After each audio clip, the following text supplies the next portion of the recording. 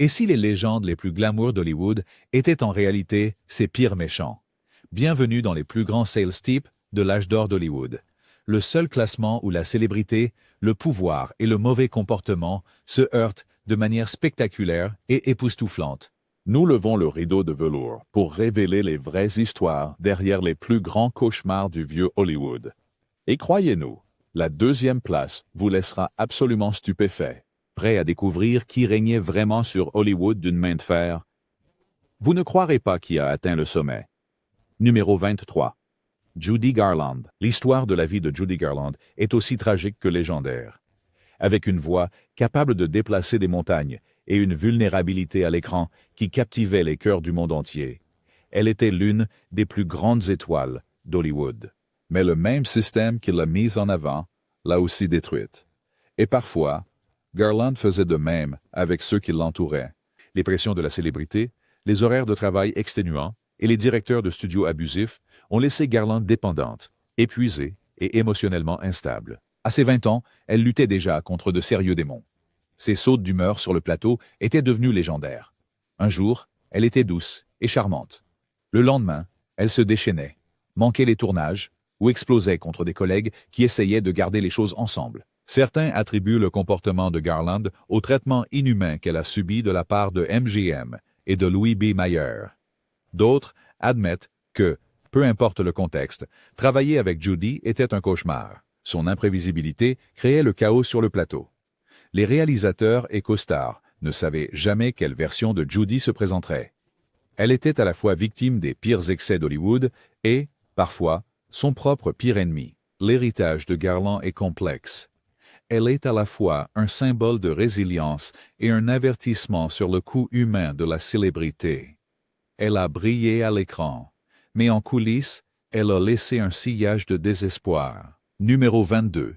Vivien Leigh.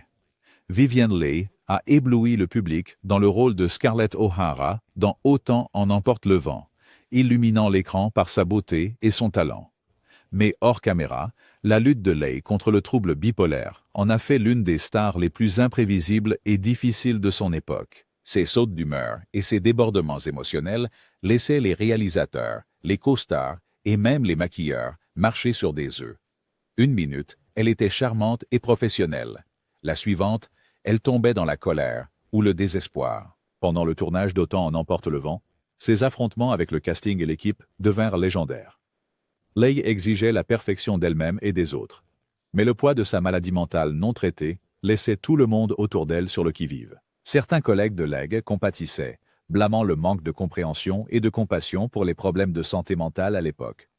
D'autres lui en voulaient de rendre la vie infernale sur le plateau, peu importe la cause. Au fil des années, et à mesure que sa maladie s'aggravait, les productions ont commencé à redouter sa présence, même s'ils reconnaissaient son indéniable brillance. La vie de Vivien Leigh est un témoignage de la fine ligne entre le génie et le tourment. Ses performances restent inoubliables, mais ceux qui ont travaillé avec elle n'ont jamais oublié les tempêtes qu'elle apportait. Tempêtes qui ont fait d'elle l'une des figures les plus tragiques du vieux Hollywood. Numéro 21. James Cagney. James Cagney a brillé sur le grand écran en tant que premier dur à cuire d'Hollywood. Avec son énergie explosive et son intensité tranchante, Cagney a créé certains des anti-héros les plus inoubliables du cinéma. Hors écran, cependant, il apportait tout autant de feu et pas de manière positive.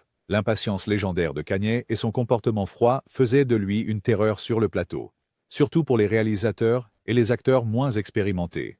Si vous n'étiez pas à la hauteur de ces standards, vous le saviez, et c'était dit haut et fort, sans ménagement. Les histoires de ces tournages racontent que Cagney renvoyait les réalisateurs sans ménagement, les réduisant à rien, comme s'ils étaient de vulgaires amateurs. Pour Cagney, il n'y avait pas de seconde chance et pas de temps perdu. Bien que certains admiraient son dévouement intransigeant à son art, d'autres redoutaient d'être la cible de sa colère. L'atmosphère sur le plateau était tendue chaque fois que Cagney était présent. Les gens savaient qu'une moindre erreur pouvait leur valoir une réprimande verbale ou pire. Certains défenseurs affirment que Cagney exigeait simplement l'excellence. D'autres y voyaient un ego débridé, alimenté par des années de célébrité et le pouvoir qui en découlait. Quoi qu'il en soit, La réputation de perfectionniste de James Cagney masquait une profonde cruauté et froideur, qui laissait de nombreux à Hollywood méfiants de croiser son chemin. Il jouait les durs à l'écran, parce qu'il était dur en dehors. Un vrai salaud en costume classique. Numéro 20. Greta Garbo. Greta Garbo reste l'une des plus grandes énigmes du cinéma. Une beauté si frappante et mystérieuse qu'on l'appelait le sphinx suédois. Mais derrière son détachement emblématique se cachait une froideur qui pouvait glacer n'importe quel plateau de tournage. La demande de confidentialité de Garbo allait bien au-delà de la timidité. Elle parlait à peine à ses costards, ignorait les membres de l'équipe et agissait comme si être entourée de gens ordinaires était en dessous d'elle. Son désintérêt ne se réservait pas seulement aux étrangers. Les réalisateurs et ses collègues acteurs se demandaient souvent si Garbo les aimait ou les détestait, ce qui ne faisait qu'ajouter à la tension. Certains disent que la réserve glaciale de Garbo était sa façon de survivre sous les feux impitoyables d'Hollywood. D'autres pensent qu'elle profitait simplement de sa célébrité, sachant qu'elle pouvait se permettre de maltraiter les gens. Quelle qu'en soit la raison, la froideur de Garbo était légendaire. Travailler avec elle était très stressant et risqué. Personne ne voulait risquer son mépris, car une fois que vous aviez perdu ses faveurs, vous étiez mis à l'écart. Les performances de Garbo étaient peut-être lumineuses, mais son comportement en dehors de l'écran laissait de nombreux collègues espérer une connexion plus chaleureuse, plus humaine. Dans une ville pleine de grandes personnalités, Greta Garbo se distinguait en étant une star qui ne se souciait pas si quelqu'un d'autre brillait, car pour elle, tout le monde était dans l'ombre. Numéro 19. Tallulah Bankhead. Tallulah Bankhead était une force de la nature, une femme capable d'illuminer une pièce ou de brûler tous les ponts en une seule nuit. Célèbre pour son esprit vif, sa langue acérée et son style de vie scandaleux, Bankhead vivait fort, faisait la fête encore plus fort et ne se souciait jamais de qui elle offensait en chemin. Les explosions publiques de Bankhead étaient légendaires. Elle pouvait se retourner contre n'importe qui, réalisateur, acteur, membre du personnel des studios, si elle était d'humeur à faire du drame. Son humour sauvage a laissé plus d'un ego blessé et des amitiés brisées derrière. Pour Bankhead, les limites étaient faites pour être brisées. Elle défiait les conventions sociales, contestait les censeurs et refusait de s'excuser pour ses manières déchaînées. Certaines personnes l'admiraient pour vivre sa vérité dans un monde qui exigeait que les femmes soient silencieuses et obéissantes. D'autres voyaient en elle une tornade qui ne se souciait pas des dégâts qu'elle laissait derrière. Personne n'était à l'abri de la colère de Tallulah, et travailler avec elle signifiait être prêt à tout. Une improvisation brillante, des insultes cinglantes ou une tirade alcoolisée. Elle était une pionnière de l'authenticité, mais aussi l'une des plus grandes imprévisibles qu'Hollywood ait jamais connues. Au final, Bankhead a montré que parfois, les flammes les plus brillantes brûlent tout le monde autour d'elle, pas seulement elle-même. Numéro 18. Bob Hope. Bob Hope, le roi des réparties et animateur des Oscars, était adoré par des millions pour son humour, sa générosité et son éthique de travail infatigable. Mais même le sourire le plus éclatant peut projeter une ombre. En coulisses, Hope pouvait être aussi incisif et tranchant que ses répliques. L'humour incisif de Hope franchissait souvent la ligne pour devenir méchanceté, laissant collègues et personnel blessés par ses remarques. Il était connu pour ses disputes avec ses costards, y compris Bing Crosby, son partenaire à l'écran sur leur route commune, à propos du crédit, de l'affichage sur les affiches et des plaisanteries en coulisses. La rivalité de Hope avec Crosby, remplie de batailles de mousse savonneuse et de remarques narquoises, est devenue une légende d'Hollywood. La réputation de Hope a été encore ternie par des récits de sexisme et de remarques homophobes qui ont entaché son image autrefois immaculée dans ces dernières années. Des histoires circulaient, selon lesquelles Hope était difficile à travailler avec, surtout pour les femmes comiques, comme Joan Rivers, avec qui il a eu une querelle notoirement acrimonieuse. Pour tout le monde, c'était un artiste infatigable qui remontait le moral des troupes et provoquait rire après rire. L'héritage en coulisses de Hope est plus complexe. Son désir de réussir et son besoin d'être au sommet le rendaient parfois impitoyable, et son humour pouvait rapidement devenir une arme. Bob Hope nous a montré que même les plus grandes stars de la comédie pouvaient être les plus gros idiots quand le public ne regardait pas. Numéro 17. Frank Sinatra. La voix de Frank Sinatra pouvait fondre les cœurs les plus glacés, mais son tempérament était légendaire, et ses accès de colère sont devenus des légendes d'Hollywood. Dans les clubs enfumés des années 40, Sinatra claquait des doigts pour appeler le service. Si un serveur hésitait, il lançait une volée d'insultes, et parfois ses poings. Il a une fois lancé un vers sur le journaliste Lee Mortimer pour avoir publié des rumeurs de mafia, l'envoyant à l'hôpital pour des points de suture. Lorsque la chroniqueuse Dorothy Kilgallen a plaisanté en disant que la voix de Sinatra semblait fatiguée, il lui a envoyé un gâteau en forme de pierre tombale avec l'inscription « RIP ». Sur les plateaux de tournage, Sinatra utilisait sa célébrité comme une arme. Pendant le tournage de « Tant qu'il y aura des hommes », il se heurtait aux équipes et aux costards, exigeait des reprises et avait des crises si quelque chose n'allait pas comme il le voulait. Son influence était aussi tranchante que sa langue. S'il se sentait offensé, il s'assurait que vous ne travailliez plus jamais en ville. Pourtant, le charme et le talent de Sinatra le maintenaient au sommet. Pour certains, ses colères étaient un signe de passion. Pour d'autres, ce n'était qu'un tyran en smoking, prêt à transformer n'importe quelle pièce en champ de bataille s'il n'obtenait pas ce qu'il voulait. Sinatra a montré que dans le vieux Hollywood, même les icônes les plus célébrées pouvaient avoir un côté sombre qui rivalisait avec leur plus grand éclat. Numéro 16. Gene Kelly. Pour le public, Gene Kelly était tout charme désinvolte et mouvement de danse éblouissant. Un athlète en chaussures de claquettes qui pouvait faire même des danses les plus compliquées, une promenade dans le parc. Mais pour ceux qui ont travaillé avec lui, la quête de perfection de Kelly avait un coût écrasant. Les plateaux de Kelly étaient célèbres pour leur intensité. Il exigeait une discipline absolue et était impitoyable avec quiconque ne répondait pas à ses attentes. La réalisation de Singin' in the Rain est légendaire, non seulement pour ses performances joyeuses, mais aussi pour la misère que Kelly infligeait en coulisses. Debbie Reynolds, 19 ans, une débutante sans expérience en danse, a été poussée à bout. Kelly se moquait d'elle devant la distribution et la soumettait à des répétitions marathon jusqu'à ce que ses pieds saignent. Elle a dit plus tard que les deux choses les plus difficiles qu'elle ait jamais faites étaient d'accoucher et de tourner ce film. Le perfectionnisme de Kelly ne se limitait pas à un seul film. Esther Williams, sa co-vedette dans Le bal des pompiers, l'a décrit comme étant peu sûre de lui et autoritaire. Parce qu'elle était plus grande, Kelly insista pour qu'elle se tienne courbée dans chaque scène. Il créa un environnement toxique et compétitif où sa chaleur envers les fans s'évaporait dès que la caméra s'arrêtait. Malgré tout son génie en tant que chorégraphe et star, Gene Kelly laissa plus de bleu, physique et émotionnel, que de souvenirs agréables pour beaucoup de ses collègues. Le talent lui a peut-être valu une place dans les livres d'histoire d'Hollywood, mais sa cruauté lui a valu une place sur cette liste. Numéro 15. Mickey Rooney. À l'écran, Mickey Rooney était l'éternel gamin d'à côté de l'Amérique. Espiègle, énergique et incroyablement charmant.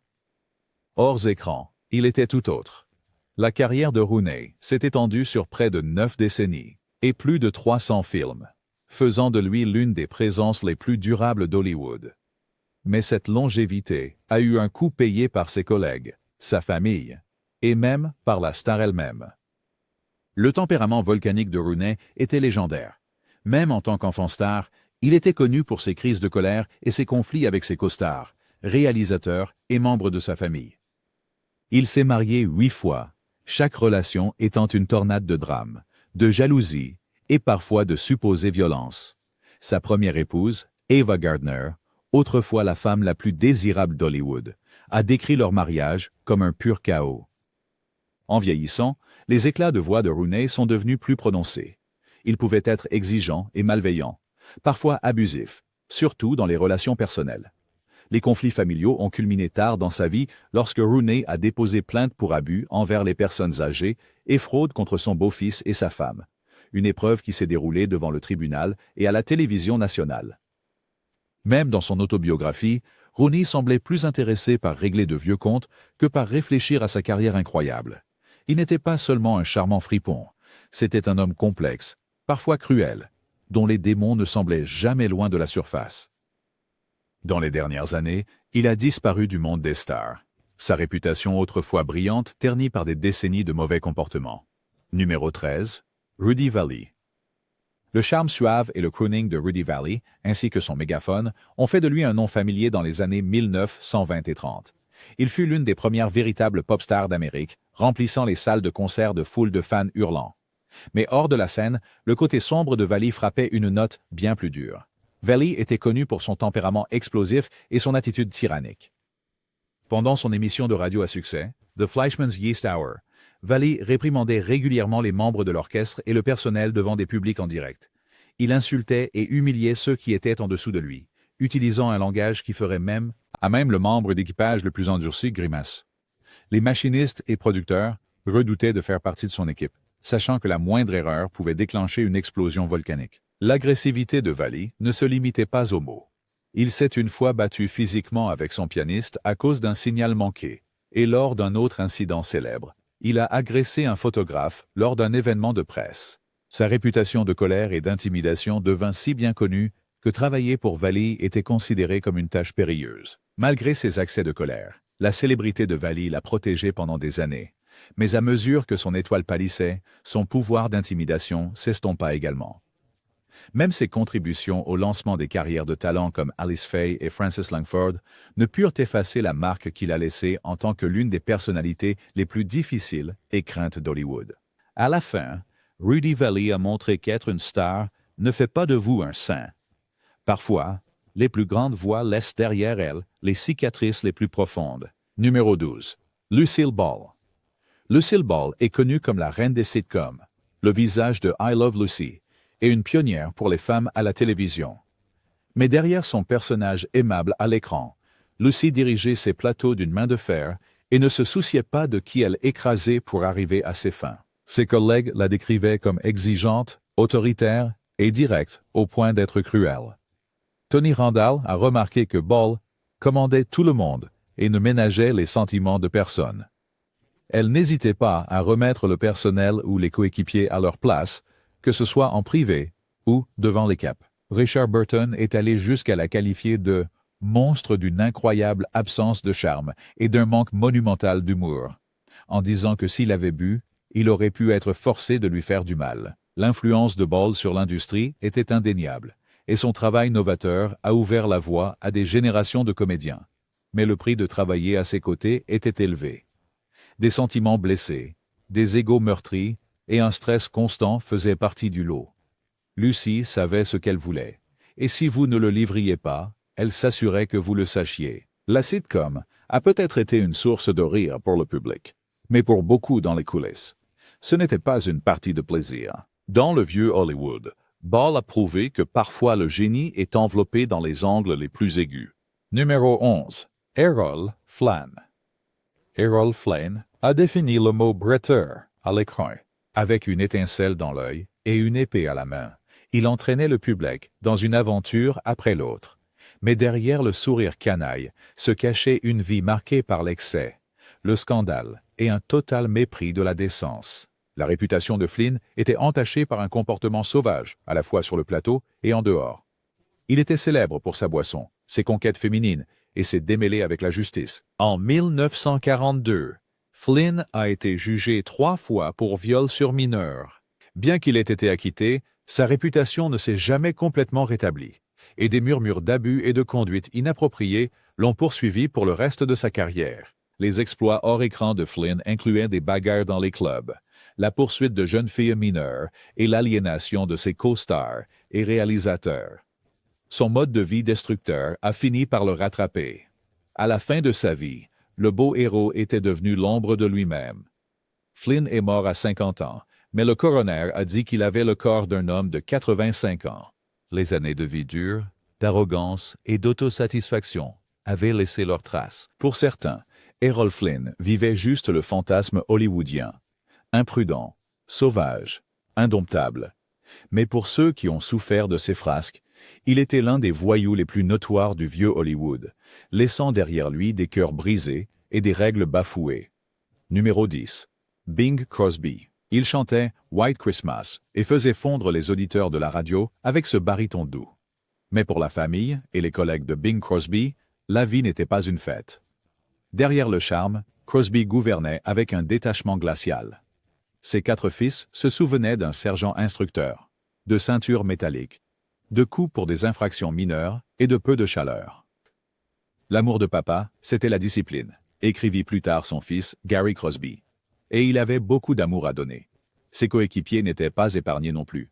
Sur White Christmas, Crosby se moquait des improvisations de Danny Kaye, qu'il qualifiait de clownerie, et exigeait des reprises infinies. Il arrivait avec des heures de retard sur le plateau, haussant les épaules. Les caméras attendent Crosby. Lors d'une occasion tristement célèbre, Lorsqu'un perchiste a fait tomber un équipement, Crosby l'a fait renvoyer sur le champ, remplacé avant l'eau coup. Parmi les musiciens, il était surnommé Old Stone Face pour sa froide indifférence. Le monde voyait un crooner sympathique, mais ceux qui travaillaient ou vivaient avec Bing Crosby se rappelaient de lui comme d'un personnage froid et autoritaire, dont le froid pouvait glacer le pôle Nord. Pour tout son succès, la joie de Noël de Crosby avait un coût, et les personnes autour de lui en ont payé au prix. Numéro 9. Howard Hughes. Peu de noms pèsent aussi lourdement sur Hollywood et la légende américaine que Howard Hughes. Milliardaire, aviateur et producteur de films, la personnalité hors norme de Hughes n'était égalée que par son besoin de contrôler tout le monde et tout ce qui l'entourait. Sur le papier, Hughes avait tout: yachts, manoirs, studios de cinéma, jet privé et un défilé sans fin de starlets. Mais pour ceux qui travaillaient pour lui ou sous contrat avec un de ses studios, Hughes était un maître de marionnettes impitoyable. L'obsession de Hughes pour le contrôle dépassait de loin les budgets des studios ou les calendriers de tournage. Il dictait chaque aspect de la vie de ses actrices, ce qu'elles portaient, qui elles fréquentaient, même comment elles parlaient en public. Sous ces contrats, les stars étaient souvent piégées, leur carrière et vie personnelle tenues en otage par ses caprices. L'exemple le plus infâme pourrait être sa gestion de Jean Harlow et Jane Russell, qui ont toutes deux enduré des ingérences sans fin concernant leur rôle, leur image et même leurs sous-vêtements. Tout cela au nom de la vision perfectionniste de Hughes ou parfois pour son amusement personnel. Connu pour ses accès de colère soudains et irrationnels, Hughes renvoyait régulièrement des réalisateurs et des scénaristes sur un coup de tête, arrêtant les productions sans préavis. Si un acteur le contrariait, il pouvait mettre fin à sa carrière d'un simple coup de téléphone.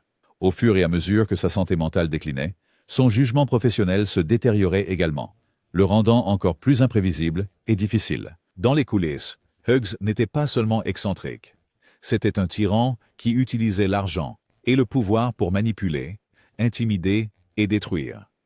Sa légende perdure, mais aussi l'héritage de douleur et de chaos qu'il a laissé derrière lui à l'époque dorée d'Hollywood. Numéro 8. Milton Berle. Surnommé Monsieur Télévision, Milton Berle a introduit la télévision américaine dans des millions de foyers et a causé des maux de tête à presque tous ceux qui ont travaillé avec lui. L'arrogance de Berle était légendaire, et ses frasques perturbatrices sont devenues des avertissements dans l'industrie. Il est tristement célèbre pour son animation désastreuse du Saturday Night Live en 1979, une nuit considérée comme l'un des plus grands fiascos de l'émission. Berle a ignoré toutes les directives, brisé la structure des sketchs et livré les punchlines directement à la caméra, détournant toute la production pour se mettre en avant. Le producteur Lorne Michaels était tellement furieux qu'il a interdit la rediffusion de l'épisode et a mis Berle sur liste noire pour revenir. Al Franken, alors membre de la distribution, disait que Berle était insupportable, le roi du mauvais goût. Mais ce n'était pas le pire. Berle était notoirement connu pour voler des blagues et des sketchs, refusant de créditer d'autres comiques et affirmant même que d'autres lui volaient. Parmi les comédiens, il était appelé le voleur de mauvaises blagues. Pire encore, il était connu pour se déshabiller comme une blague pendant les répétitions, un comportement qui mettrait aujourd'hui fin à une carrière. Le talent de Berle était indéniable, et son influence sur les débuts de la télévision est immense. Mais son arrogance, son égoïsme et son manque de respect pour le travail des autres ont fait de lui un brûleur de pont et l'un des plus grands abrutis du vieux Hollywood. Numéro 7. Frank Fay. Frank Fay était le roi originel du stand-up, un pionnier dont l'influence a façonné les monologues modernes. Au sommet de sa carrière dans les années 1920, Fay était le comédien de vaudeville le mieux payé en Amérique. Son esprit vif et son style conversationnel ont inspiré d'innombrables comédiens qui lui ont succédé. Mais malgré toute son innovation, Fay a laissé un héritage bien plus notoire que n'importe quel punchline. L'ego toxique de Fay était légendaire. Il rabaissait ses collègues, méprisait les réalisateurs et se disputait en coulisses. C'était un alcoolique violent, avec un mauvais caractère aussi long que sa carrière. Ses collègues le décrivaient comme arrogant, condescendant et incapable de la moindre décence. Et cela ne s'arrêtait pas au travail. Sa vie personnelle était un désastre. Le mariage de Fay avec la future star Barbara Stanwyck était un cauchemar d'abus émotionnels et physiques. Il enviait sa célébrité grandissante et essayait de contrôler chacun de ses mouvements, se tournant souvent vers la violence lorsque les mots ne suffisaient pas. Son sectarisme était tout aussi infâme. Faye était ouvertement antisémite, lançant des injures racistes et sexistes en toute impunité. À un moment donné, le comédien Milton Berle, lui-même juif, a frappé Faye pour avoir fait un commentaire offensant. Fred Allen, un autre contemporain, plaisantait que la seule personne que Faye aimait était lui-même. Autrefois géant du box-office, Faye a fini par boire, se mettre en colère et s'aliéner jusqu'à sombrer dans l'obscurité. Son soutien aux politiques fascistes et son comportement abusif l'ont mis sur liste noire dans l'industrie. À la fin, Faye était brisé, oublié, et la plupart se souvenaient de lui, non pas pour sa comédie, mais pour être l'un des hommes les plus détestés du show business. Dans les annales d'Hollywood, l'héritage de Frank Faye est un avertissement. Vous pouvez être un pionnier, mais si vous êtes un imbécile, vous mourrez seul. Numéro 6. Joan Crawford. Elle était la reine de la réinvention, une star dont le glamour définissait une époque. Mais hors écran, la réputation de Joan Crawford était loin d'être éclatante. Connue pour son tempérament volcanique et ses insécurités féroces, Crawford exigeait qu'on l'appelle Miss Crawford, même par ses amis et collègues de longue date. Sur le plateau de Mildred Pierce, elle a saboté sa rivale, Anne Blyth, en remplissant de poids le costume de Blyth avant une scène aquatique, souriant alors que Blyth luttait pour rester à flot. Mais sa cruauté ne s'arrêtait pas à ses rivales professionnelles. La fille adoptive de Crawford, Christina, a plus tard écrit le fameux mémoire, Mommy Dearest, alléguant des coups avec des cintres en fil de fer, des marathons de nettoyage à minuit et des tourments psychologiques. Crawford elle-même insistait sur le fait qu'il s'agissait de discipline, mais les histoires horrifiques de ses enfants et de l'équipe dépeignent le portrait d'une femme hantée par l'insécurité et sujette à des colères qui glaçaient quiconque s'approchait trop près. Les collègues se souvenaient d'elle en train de parcourir les plateaux à la recherche de poussière, criant sur l'équipe pour la moindre erreur. Sous le calme hollywoodien classique se cachait un iceberg d'anxiété et de ressentiment. Une star qui a construit sa légende sur le dos de ceux qu'elle a blessés. Joan Crawford reste une icône à la fois du glamour hollywoodien et de la cruauté hollywoodienne. Et son héritage est à jamais lié à la souffrance qu'elle a laissée derrière elle. Numéro 5. Jack L. Warner. La loyauté était à sens unique chez Warner Brothers, et Jack L. Warner s'en assurait. En tant que cofondateur du studio, Warner souriait pour les journaux, cultivant l'image d'un magnate affable. Mais en coulisses, il était un maître de la trahison. En 1956, Warner a secrètement vendu les parts de son propre frère dans l'entreprise, s'emparant ainsi du contrôle total. Une fois l'encre sèche, il n'a pas perdu de temps à licencier des employés de longue date qui avaient montré ne serait-ce qu'un soupçon de loyauté envers les autres Warner. Les acteurs n'ont pas eu de meilleure sœur. James Cagney, une des grandes stars, a dû poursuivre Warner Brothers en justice non pas une, mais 2 fois, juste pour obtenir un salaire équitable. Lorsque Olivia de Havilland s'est battue contre une prolongation de contrat gonflé avec du temps de suspension injuste, Warner a riposté en répandant des rumeurs malveillantes à son sujet, la mettant presque sur liste noire dans l'industrie. Pendant la Seconde Guerre mondiale, Warner a empoché des primes patriotiques pour la production de films de propagande, tout en forçant ses stars à travailler des journées épuisantes de 12 heures. Quiconque voulait du temps libre pour servir en première ligne était traité de fainéant. Pour Jack Warner, le pouvoir passait toujours avant les gens. Il enveloppait la trahison d'un sourire éclatant, prouvant que le poignard le plus mortel à Hollywood était celui que vous ne voyiez jamais venir. Sa ruse et son charme ont peut-être construit un empire de studio, mais cela lui a également valu une place parmi les plus méchants et infâmes individus d'Hollywood. Numéro 4. Otto Preminger. Sophistication européenne à l'extérieur, point de fer à l'intérieur. Otto Preminger a porté les 2 sur chaque plateau de tournage qu'il dirigeait. En tant que réalisateur, Preminger repoussait les limites, mais sa quête de l'art était imprégnée de cruauté. Il était célèbre pour ses humiliations publiques et pour ses abus physiques et émotionnels envers son casting. Sur le tournage de Saint-Joanne, Preminger a giflé la jeune actrice Jean Seberg au visage pour lui faire verser des larmes, la réduisant à des sanglots devant toute l'équipe. Dans Carmen Jones, Dorothy Dandridge a enduré des coups répétés sur ordre de Preminger, son dos saignant à la fin de la journée. Les membres de l'équipe chuchotaient « Priez pour des nuages ». Ils détestent le soleil presque autant qu'ils détestent les acteurs. Preminger se délectait de ses spectacles publics, projetant les rushs quotidiens uniquement pour figer la pire prise d'un acteur et éclater de rire de manière moqueuse, lorsque les producteurs suggéraient une approche plus douce. Preminger rétorqua « Je les ai engagés pour qu'ils ressentent la douleur. » Son sadisme lui a peut-être valu des gros titres, mais il a laissé des blessures psychologiques profondes chez ceux qui ont eu la malchance de travailler avec lui. Preminger a prouvé que l'audace artistique et la cruauté allaient souvent de pair dans l'ancien Hollywood, mais peu manipulait la cruauté avec un tel panache théâtral. Il exigeait la douleur au nom du réalisme et a laissé derrière lui un héritage en tant que véritable monstre de l'industrie. Numéro 3. Alfred Hitchcock. Il l'appelait le maître du suspense, mais en coulisses. Le plus grand plaisir d'Alfred Hitchcock semblait être de tourmenter ses vedettes, en particulier les femmes qui lui faisaient confiance.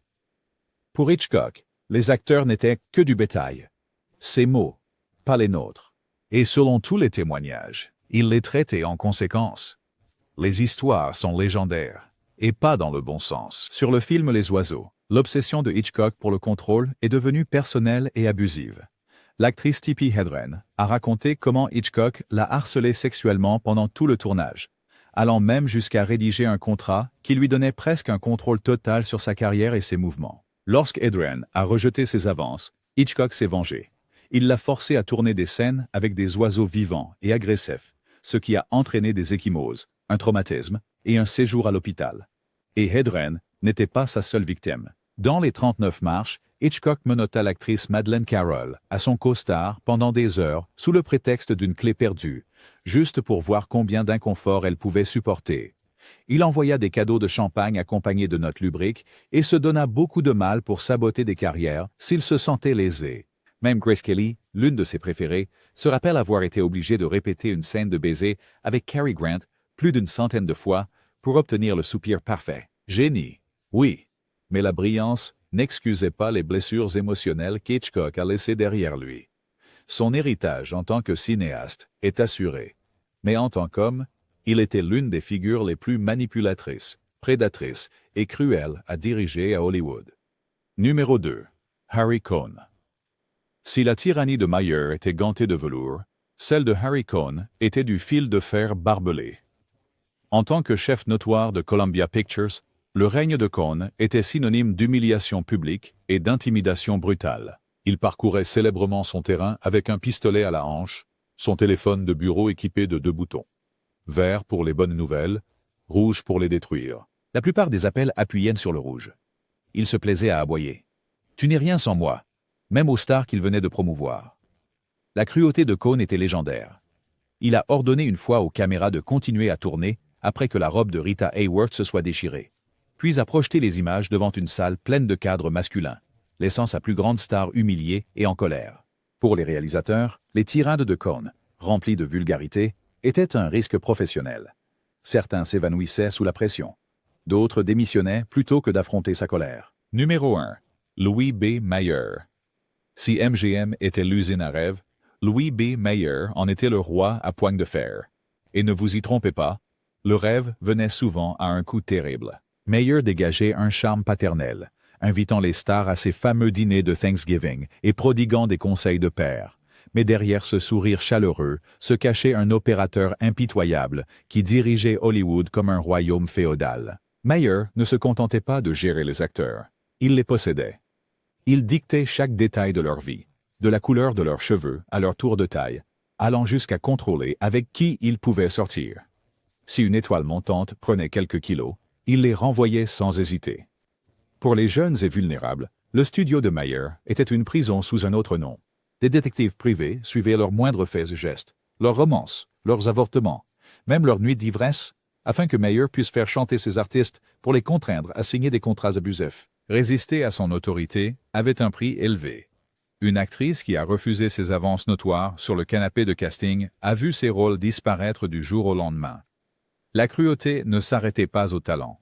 Les réalisateurs qui s'opposaient au montage de Mayer ou osaient le défier voyaient leurs films mis de côté, souvent pour toujours, leurs carrières entravées. Il a une fois réduit en larmes la jeune Judy Garland en l'appelant sa petite bossue. Et pendant tout ce temps, il amassait des millions, gardant les stars avec des salaires de famine. Mayer n'était pas seulement un puissant patron de studio, Il était l'architecte des déséquilibres de pouvoir les plus toxiques d'Hollywood. Un tyran souriant, dont l'influence pouvait faire ou défaire des vies. Dans le monde des tyrans d'Hollywood d'antan, Mayer porte la couronne. Et voilà, la vérité derrière la façade dorée de Hollywood. Du moins connue au plus célèbre. Si vous avez apprécié cette plongée dans le véritable drame derrière les légendes, n'oubliez pas de liker, partager et vous abonner à notre chaîne pour plus d'histoires incroyables du monde du cinéma classique. Cliquez sur l'icône de la cloche pour ne jamais manquer un épisode et dites-nous dans les commentaires quelle histoire d'Hollywood vous souhaitez que nous dévoilions ensuite. Merci de votre visionnage. À bientôt sous les projecteurs.